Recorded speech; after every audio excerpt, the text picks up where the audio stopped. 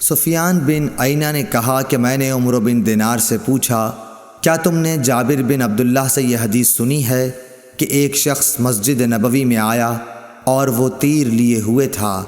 رسول اللہ صلی اللہ علیہ وسلم نے اس سے فرمایا کہ ان کی نوکیں تھامے رکھو۔ صحیح بخاری حدیث نمبر 451۔ ابو موسیٰ اشعری صحابی رضی اللہ تعالیٰ عنہ نبی کریم صلی اللہ علیہ وسلم سے روایت کرتے تھے کہ آپ نے فرمایا، اگر کوئی شخص ہماری مساجد یا ہمارے بازاروں میں تیر لیے ہوئے چلے تو ان کا پھل تھامے رہے، ایسا نہ ہو کہ اپنے ہاتھوں سے کسی مسلمان کو زخمی کر دے۔ صحیح بخاری حدیث نمبر 452۔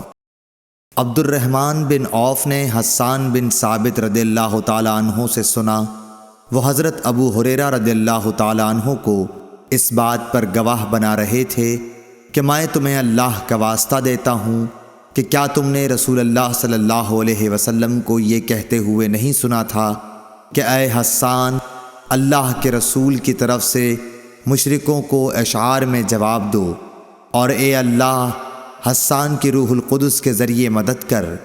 ابو ہریرہ رضی اللہ تعالیٰ عنہ نے فرمایا، ہاں میں گواہ ہوں، بے شک میں نے حضور سے یہ سنا ہے۔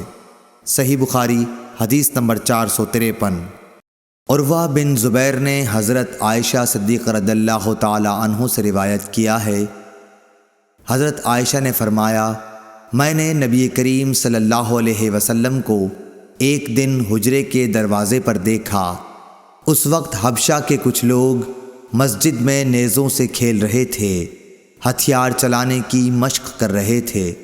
رسول اللہ صلی اللہ علیہ وسلم نے مجھے اپنی چادر میں چھپا لیا تاکہ میں ان کا کھیل دیکھ سکوں۔